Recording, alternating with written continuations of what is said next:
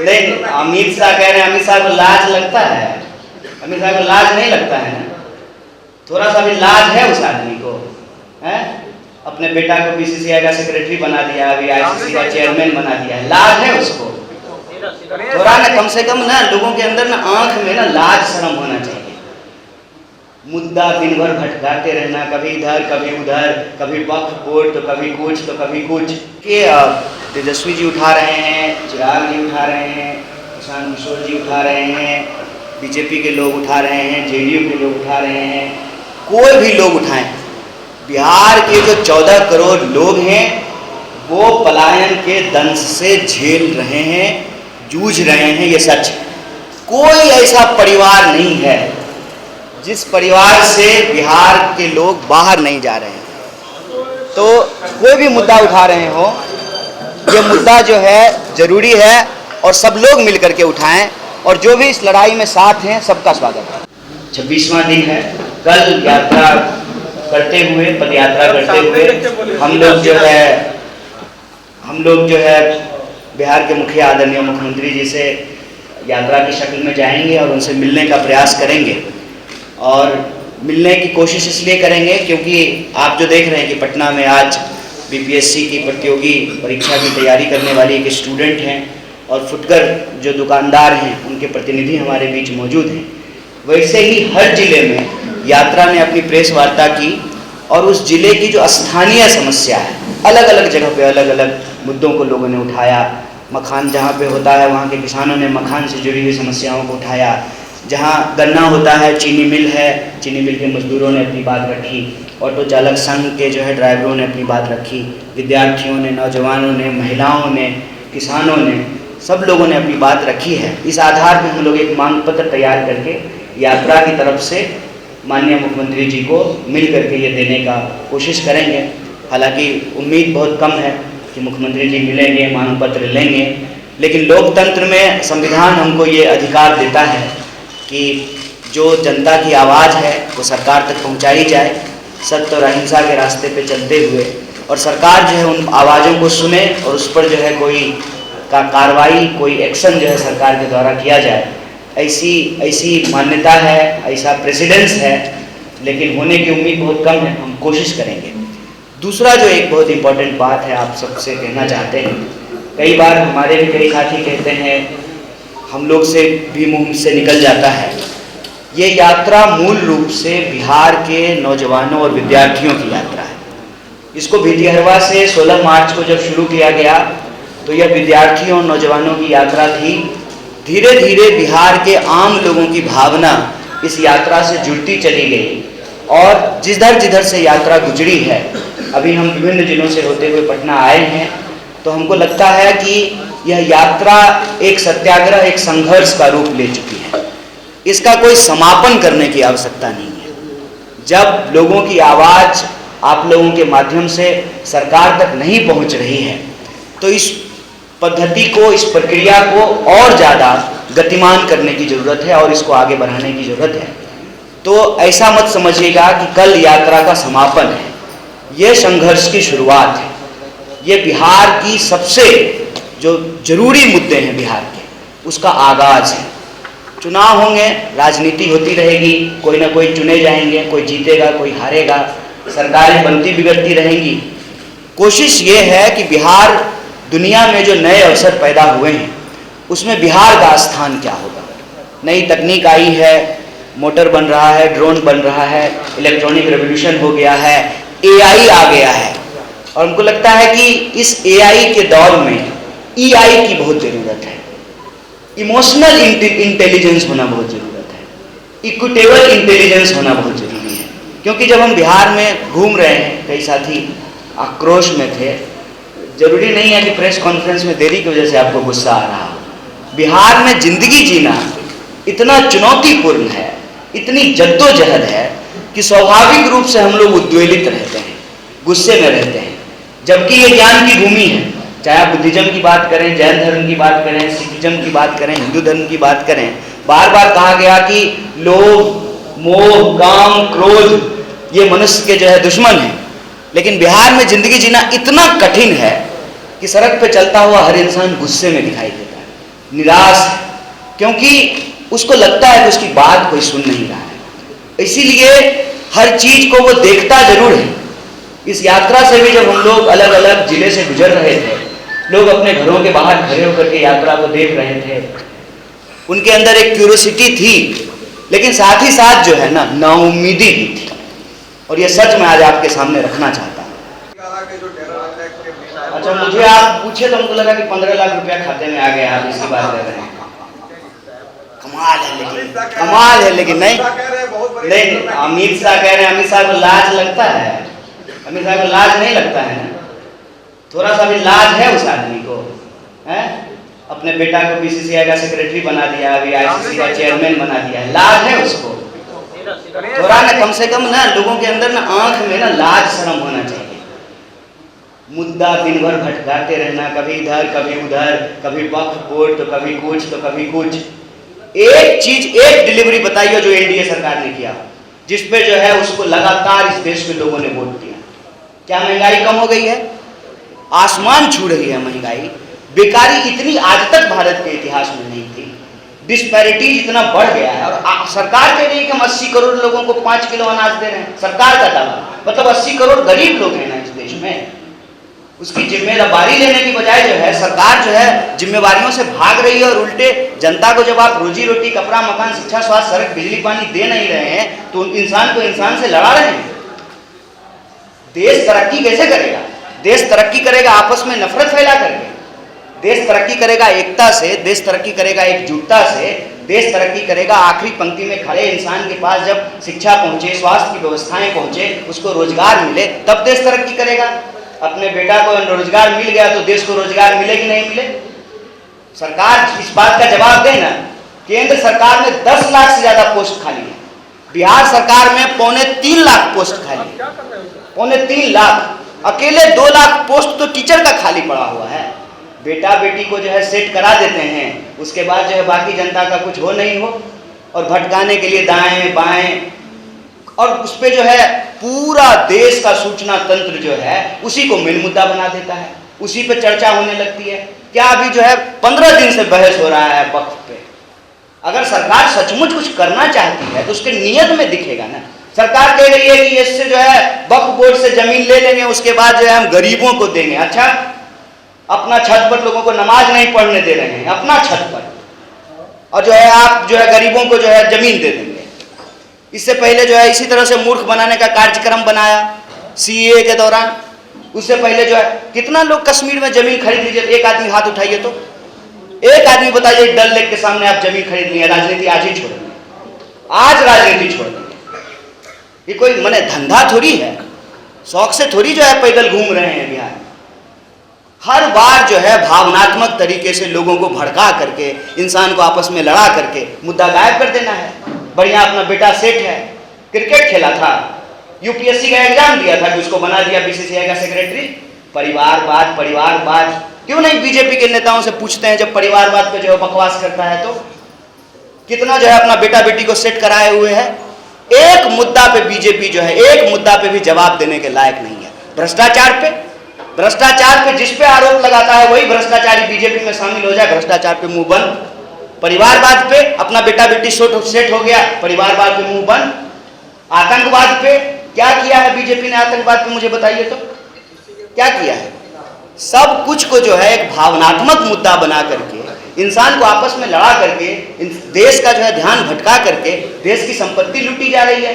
मेरा सिंपल सवाल है, इकोनॉमी अगर 5 ट्रिलियन की हो गई, 5 ट्रिलियन की, तो कौन 80 करोड़ लोग हैं जो 5 किलो अनाज लेकर के जी रहे हैं? ये तेजस्वी जी उठा रहे हैं, चिराग जी उठा रहे हैं, प्रशांत किशोर जी उठा रहे हैं, बीजेपी के लोग उठा रहे हैं, जेडीयू के लोग उठा रहे हैं, कोई भी लोग उठाएं, बिहार के जो 14 करोड़ लोग हैं वो पलायन के दंश से झेल रहे हैं, जूझ रहे हैं। ये सच है। कोई ऐसा परिवार नहीं है जिस परिवार से बिहार के लोग बाहर नहीं जा रहे हैं। तो कोई भी मुद्दा उठा रहे हो, ये मुद्दा जो है जरूरी है और सब लोग मिलकर के उठाएं, और जो भी इस लड़ाई में साथ हैं सबका स्वागत है।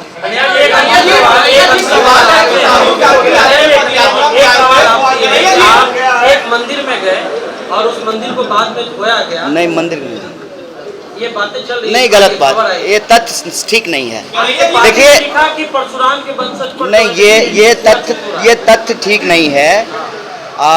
मंदिर नहीं धोया गया, ये तथ्य ठीक नहीं है। हम मंदिर भी जाते हैं, अभी गुरुद्वारे से आ रहे हैं आपके बीच में, मजार पर भी जाते हैं, मस्जिद भी जाते हैं, चर्च भी जाते हैं। इस देश में रहने वाले जो 140 करोड़ लोग हैं, उनका जाति और धर्म कुछ भी हो, किसी भी इंसान के साथ कोई भी अन्याय होगा, कांग्रेस पार्टी उसके लिए संघर्ष करेगी।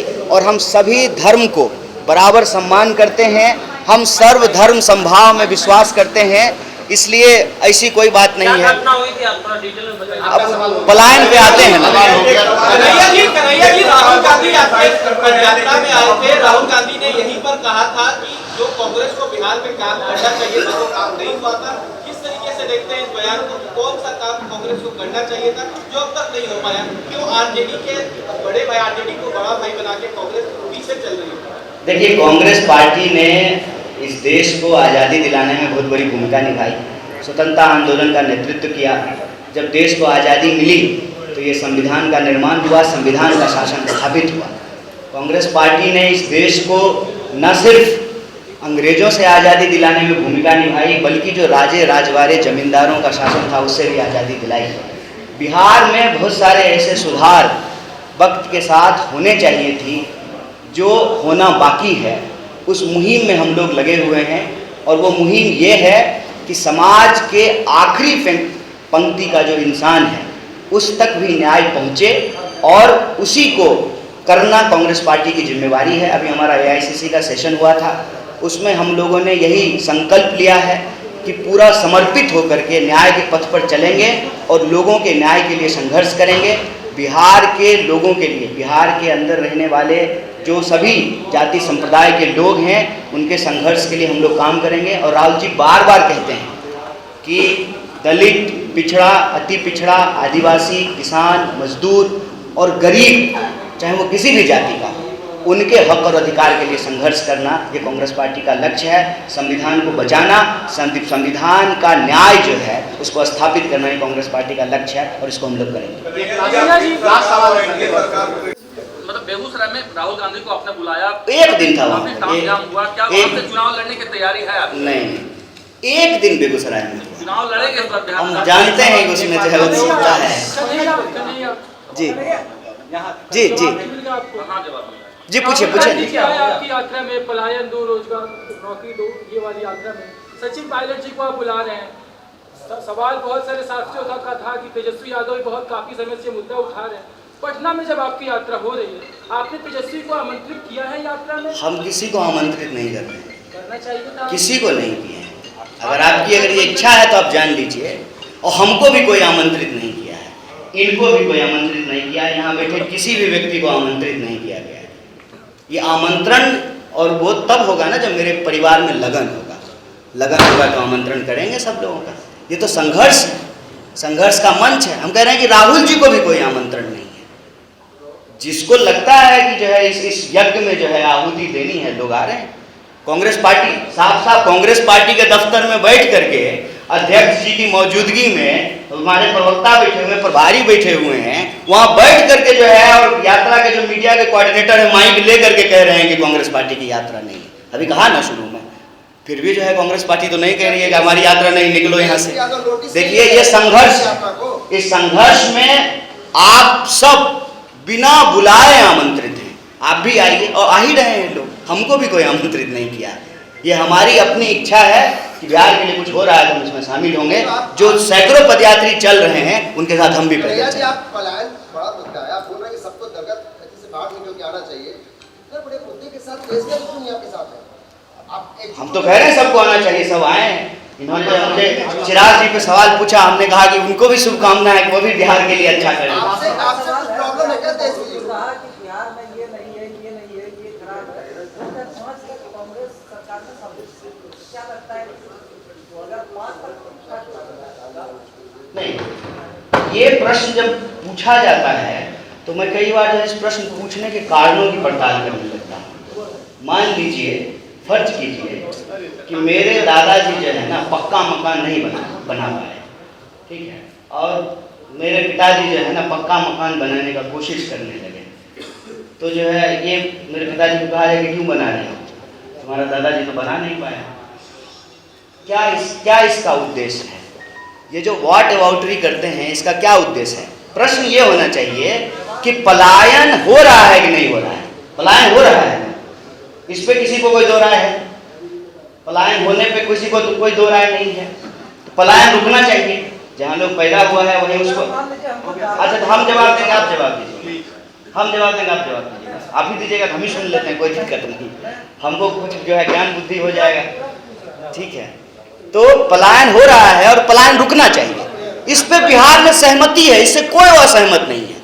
अब है कि पलायन शुरू कब हुआ? तो शुरू तो कहिएगा तो पलायन तो अंग्रेज के जमाने में शुरू हुआ। गिरमिटिया मजदूर बन करके जो लोग मॉरिशस जाते थे गन्ना काटने के लिए, और अभी वहाँ के राष्ट्रपति बन गए। तो पलायन होता रहा है, ठीक बात है। आज जो पलायन हो रहा है और पहले जो पलायन हुआ, इतिहास में पलायन हुआ, और तो महात्मा बुद्ध भी तो चल करके आए थे बिहार। फर्क ये है कि पहले पलायन जो है आप बेहतरी के लिए जाते थे, आज पलायन जो हो रहा है मजबूरी में हो रहा है। एक बहुत बड़ा अंतर है, बहुत बड़ा अंतर है। और ये अंतर जो है ऐसा नहीं है कि ऐतिहासिक काल से कालखंड से चला आ रहा है, ये कुछ सालों की बात है। तमाम दावों के बावजूद, दावे हैं सरकार के कि हमने सड़कें बनाई, बनी है सड़कें, पुलें बनाई, बनी है पुलें, कह रहे हैं कि स्कूल कॉलेज अस्पताल सब शानदार कर दिया है। तो जब सब कुछ शानदार कर दिया है, कोविड के दौरान में लास्ट जो है डेटा आया था पलायन कि 2 करोड़ का डेटा था, और अकेले बिहार से, बिहार और उत्तर प्रदेश, एक नंबर पे उत्तर प्रदेश है, दूसरे नंबर पे बिहार है। अकेले बिहार से लगभग 70 लाख पलायन जो के बारे में आंकड़ा आया कि लौट करके लोग आए। उसके बाद उन मजदूरों का क्या हुआ, वो कहाँ गए, उनका कोई रजिस्ट्रेशन नहीं है। और इसको जब आप जोड़ करके देखेंगे तो कोविड के दौरान भी जो हमारी स्वास्थ्य व्यवस्थाओं की जर्जर हालत देखने को मिली। स्कूल का हालत आप सब लोग जानते हैं, भवन है, टीचर नहीं है, टीचर है, भवन है, स्टूडेंट नहीं है। सवाल ये है कि पलायन जब हो रहा है तो पलायन रुकना चाहिए। हमारी सरकार जब थी तो हमने क्या किया, उस पर अगर हम बोलते रहेंगे तो 55 साल में हमने बहुत कुछ किया। आज क्या करना है उसको बोलने की जरूरत है। 55 साल में जो है इस देश को आज़ादी कांग्रेस पार्टी ने दिलाई, प्रेस कॉन्फ्रेंस हो रहा है, बराबर का वोट का अधिकार मिला लोगों को, राजे राजवारों का राज खत्म किया गया, तभी तो एक गरीब का बच्चा जो है वो देश का जो है मुख्यमंत्री बन पाया। देश में 55 साल में बहुत कुछ हुआ। कांग्रेस पार्टी ने क्या किया, हम सिर्फ वही गिनाने के लिए बैठेंगे तो दिन भर बोलते रहेंगे तब भी खत्म नहीं होगा। हम कह रहे हैं कि हम करेंगे क्या, हम ये बोलना चाहते हैं। हम करेंगे ये कि हमको अगर मैंडेट मिलेगा, जब मिलेगा तब मिलेगा। इतना दर्दनाक है कि अभी पटना की एक घटना है, आप सोचिएगा कितनी भावुक बात है। एक डॉक्टरी पढ़ने वाला स्टूडेंट IGIMS में पढ़ रहा है, उसका एक्सीडेंट होता है, खुद डॉक्टरी की पढ़ाई कर रहा है, अपने ही अस्पताल में जहाँ वो पढ़ रहा है उसको बेड नहीं मिलता है, और प्राइवेट अस्पताल में जो है उसकी मौत हो जाती है। इससे ज़्यादा और कोई प्रमाण चाहिए क्या? क्या हालत है हमारे प्रदेश की? और कोई रिपोर्ट चाहिए क्या? अगर रिपोर्ट चाहिए तो कैग का रिपोर्ट उठा करके देख लीजिए, क्या कहा गया है स्वास्थ्य व्यवस्था के बारे में। स्वास्थ्य व्यवस्था की हालत यह है कि आप बीमार हैं और सरकारी अस्पताल में जाएंगे तो आप ठीक नहीं होंगे, आप और बीमार हो जाएंगे। ये सच है, और ये सच हम सब लोग अपनी आंखों से देख रहे हैं। बेकारी की बात करेंगे, शहरी क्षेत्र में 30% से ज़्यादा बेकारी है बिहार में, और ग्रामीण क्षेत्र में 9% बेकारी है। लगभग डबल हो गया है पिछले 1 दशक में। देश का जो बेकारी दर है, उस बेकारी दर से बिहार का बेकारी दर ज़्यादा हो चुका है।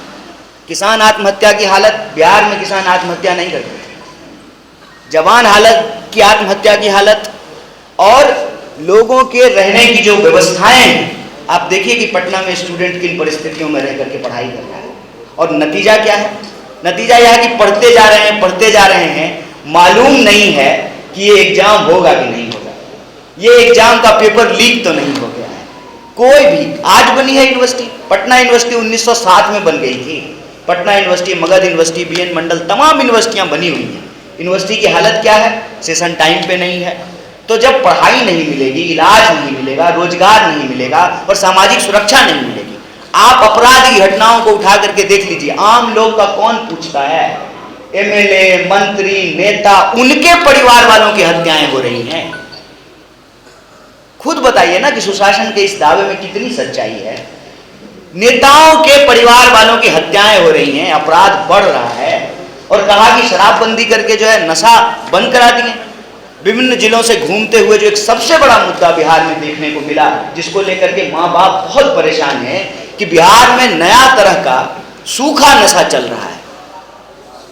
पहले लोग कहते थे बिहार के लोग जो है खैनी खाते हैं, तंबाकू खाते हैं, ये भी जो है अंग्रेजों के साथ आया था। अब जो नए अंग्रेज आए हैं, वो मुंद्रा एयरपोर्ट से जो ड्रग्स चलता है वो अब बिहार के गांव-गांव में पहुंच रहा है। हालत ये है कि थोड़ा सा अगर घर खुला छोड़ दे तो मोटर खोल करके बेच देगा। गटर का ढक्कन जो है उसको तोड़ करके जो है उसका लोहा बेच दे रहा है। तो आप बताइए, ड्रग्स, नशा बढ़ रहा है, अपराध बढ़ रहा है, महिलाओं के खिलाफ अपराध बढ़ रहा है। और दावे क्या हैं?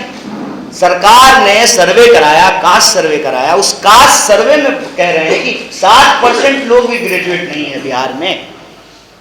क्या हालत कर दिया है? दलित की हालत खराब, पिछड़ों की हालत खराब, अति पिछड़ों की हालत खराब, गरीबों की हालत खराब, किसानों की हालत खराब, मजदूरों की हालत खराब, स्कूल का हालत खराब, अस्पताल का हालत खराब। तो पलायन नहीं करेगा लोग तो क्या करेगा? इसीलिए ये एक बहुत बड़ा मुद्दा है। इस मुद्दे को लेकर के हम लोग बिहार में चल रहे हैं और मीडिया के साथियों ने बहुत सहयोग किया है। हमें उम्मीद है कि बिहार की राजनीति के विमर्श के केंद्र में पलायन एक बहुत गंभीर सवाल बनकर के उभरेगा। और पलायन के जो कारण हैं, उन कारणों के निदान से ही पलायन रुकेगा और दुनिया में जो नया अवसर पैदा हुआ है, बिहार उसके साथ कदम से कदम मिला करके चल पाएगा और एक बेहतर बिहार का निर्माण हो पाएगा। इसी आशा और उम्मीद से हम ये यात्रा कर रहे हैं। कल पटना शहर में पदयात्रा होगी और हम लोग जो है मुख्यमंत्री जी से मिलने का प्रयास करेंगे। और कल हमारे कांग्रेस पार्टी के युवा नेता और जो है विभिन्न पदों पर जिम्मेवारियां निभाने वाले सचिन पायलट जी भी जो है इस यात्रा के लिए आ रहे हैं। पूरी कांग्रेस पार्टी इस यात्रा को सहयोग कर रही है। कांग्रेस पार्टी का स्टूडेंट विंग, यूथ विंग इस यात्रा को सहयोग कर रहा है। लेकिन ये यात्रा बिहार के आम लोगों की यात्रा है, ये बिहार को बदलने की यात्रा है। बहुत बहुत शुक्रिया, बहुत बहुत धन्यवाद।